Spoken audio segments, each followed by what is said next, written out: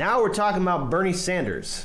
So I know everyone was looking forward to this. Here you go. So here it is. Bernie Sanders says no to incrementalism, highlighting divide among Democrats. That's a very misleading title from the New York Times. The New York Times, a news agency that loves all the wars that we've been a part of. I mean, but whatever. I mean, that's beyond the point. So here's from the article, and I've talked about this on a previous live stream as well. When House Speaker Nancy Pelosi introduced legislation this week to strengthen the Affordable Care Act, Democrats across the ideological spectrum were quick to express their support. Moderates, liberals, even Representative Alexandria Ocasio-Cortez, the often uncompromising progressive freshman.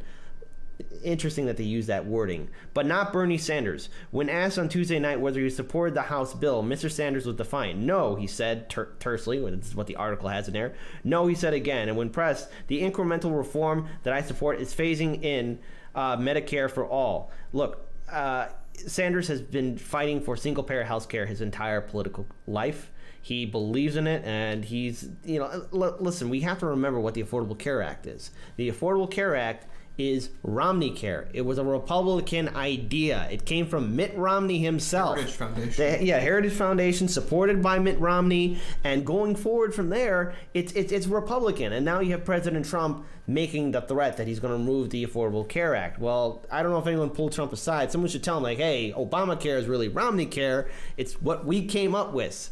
But I guess it's politically correct for Trump to hate it because Obama has his name associated with it. So whatever. Let's not go back and forth on it. But right now, this article also mentions Elizabeth Warren and Beto O'Rourke, who are trying to find more of a compromise in which both there is still the private healthcare industry and some form of single-payer healthcare. But I think if we all understand the true idea of the control the pharmaceutical industry and the healthcare industry have in the United States, they don't want single-payer healthcare.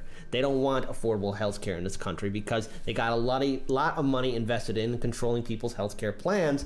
And let's face it, one bad day, you get stuck with a horrible treatment or you get a horrible accident, you're stuck paying a ridiculous hospital bill, and your insurance company may choose not to cover you or help you out. And then you got the risk of losing your house, your car, your family, and you're stuck on the streets with an incurable disease or a long-lasting, painful accident that you just can't get treatment for, to get repaired for. And, here you have Bernie Sanders actually calling out the idea of we need single-payer health care, and all the Democrats and progressives should get behind it. We shouldn't just support the Affordable Care Act because all it is it's still support for the pharmaceutical and healthcare industries. I mean, the private insurance industries. So, with Elizabeth Warren and Beto O'Rourke, going on the record saying that they want to have some sort of compromise, that's not what progressives and a lot of Americans in general want. They want affordable health care so that we're not stuck flipping a bill.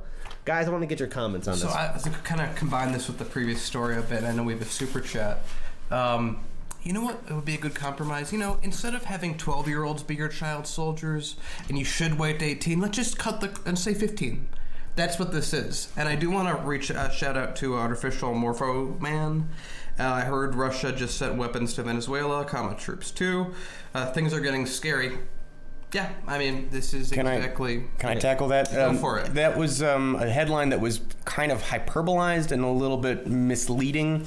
So Russian troops did get sent to Venezuela, specifically military engineers, right? They're there to help reconstruct, rebuild some of the electrical infrastructure that's been sabotaged, and also help with some oil refineries that are not operating at capacity. So, yeah, they're technically members of the military. I don't know if there's a whole lot of veracity to they sent weapons there, other than like maybe the weapons that belong to the troops, but they're civil engineers that happen to be military. Because I want to add into this. Okay, these are engineers that are being sent there. Of course, they're part of the Russian military. They're going to have their own weapons.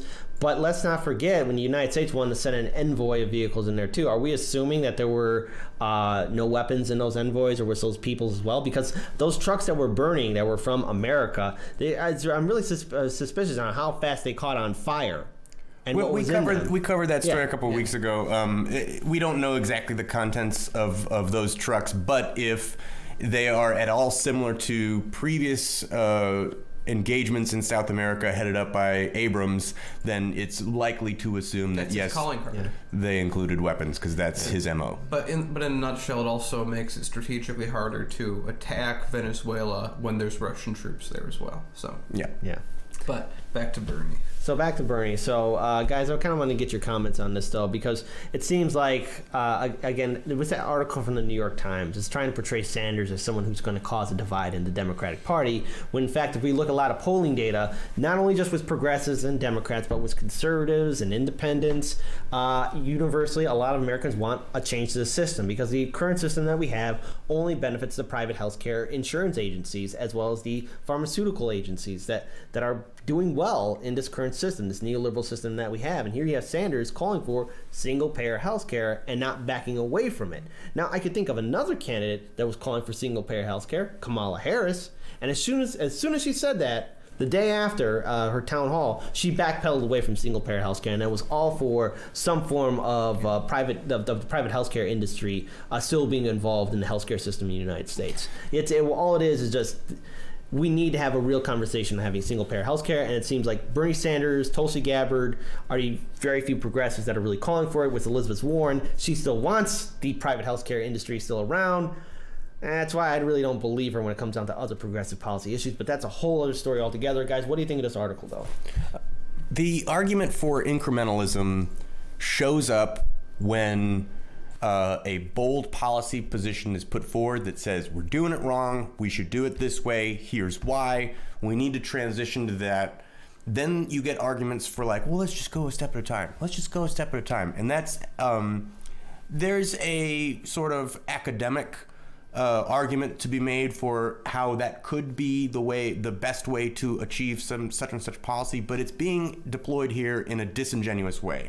Right? When you need such a monumental shift in the way things are done, like there will be a key step where now we need to shift. And if you make the argument that like, oh, just do it a little bit at a time, then you're making the argument for like, make sure that we don't change it all. Make sure that this stays as it is, which is in this case, with respect to the argument about Medicare for all and transforming our healthcare, specifically our health insurance system in the United States, this argument is being deployed systematically to thwart these changes, not to help them. So I gotta say, if you're losing a pint of blood an hour, it doesn't help if you're being replenished with a cup of blood an hour. Eventually you're gonna bleed to death. So this whole incremental, it's very funny. I always find it very funny whenever mainstream media makes the point that, hey, this is unradical, you're causing a division. We've talked about on the show before how mainstream media represents an extremist point of view that is shared by maybe 10%, maybe 15% of the country. Mm-hmm. And Sanders, almost every policy Sanders stands by is supported by at least 70% of Americans. So what's the split really? Are they really saying that Sanders, who is putting platforms together, putting proposals together, that on average over 70% of people back, is somehow splitting everything, but what's not splitting everything is maintaining a status quo that benefits maybe 10% of the population? Somehow that's not a schism. Maybe another way to say this is that the established power structure would suffer, and the people that have had power for 40 years may lose it, and from their point of view, it's a split. But to say that Americans share that this is something, Americans don't care about healthcare, no. You can afford healthcare if you're in that kind of wealth class. It's not an issue for you because you're going to be taxed, and that's what you're worried about. You're worried about going back to the golden age of America in economic growth in the 60s and 70s. So, guys, what do you think? Well, there's an interesting comment. S. Shiva, she said Obama thought he'd do incrementalism with making automobiles more environmentally compatible, but then Trump showed up and canceled it all. To hell with incrementalism. And that's true. We got to get rid of incrementalism. We have to get rid of the idea of, just doing anything like bare minimum. We just got to walk away from how the establishment controls and dictates everything. If we don't have a conversation about single-payer healthcare. We're going to see more Americans get hurt or die from easily curable treatment. And somehow the rest of the international community has solved the question of single-payer healthcare. And sadly, we haven't, because we have, again, thanks to money and politics and Citizens United and the McCutcheon decision, we have the pharmaceutical industry, the private healthcare industry, able to buy off both Democratic and Republican establishment leaders so they can pass legislation in favor for those industries. Thankfully, we have Bernie Sanders right now leading the way, and I think the more he continues to campaign, we're going to see these Democrats, they're going to have no choice but to back away from the support of the private healthcare industry. Mm-hmm. Right? It's going to have to happen. It's always impossible until it happens. Exactly. Right. So, hey, did you like that video? Well, hit the subscribe button, hit that bell notification, hit that thumbs up icon, so that way you know when we upload more content to the Hardlens Media YouTube channel. So, Daniel, what else can we do to really put everything into this? Well, we've invested everything we have into this company, so you can help us out by going to our Patreon page and giving us the equivalent of going to Starbucks once a day, which I think is about $50. Please help us out. We want to build more and grow. We will see you in the next video.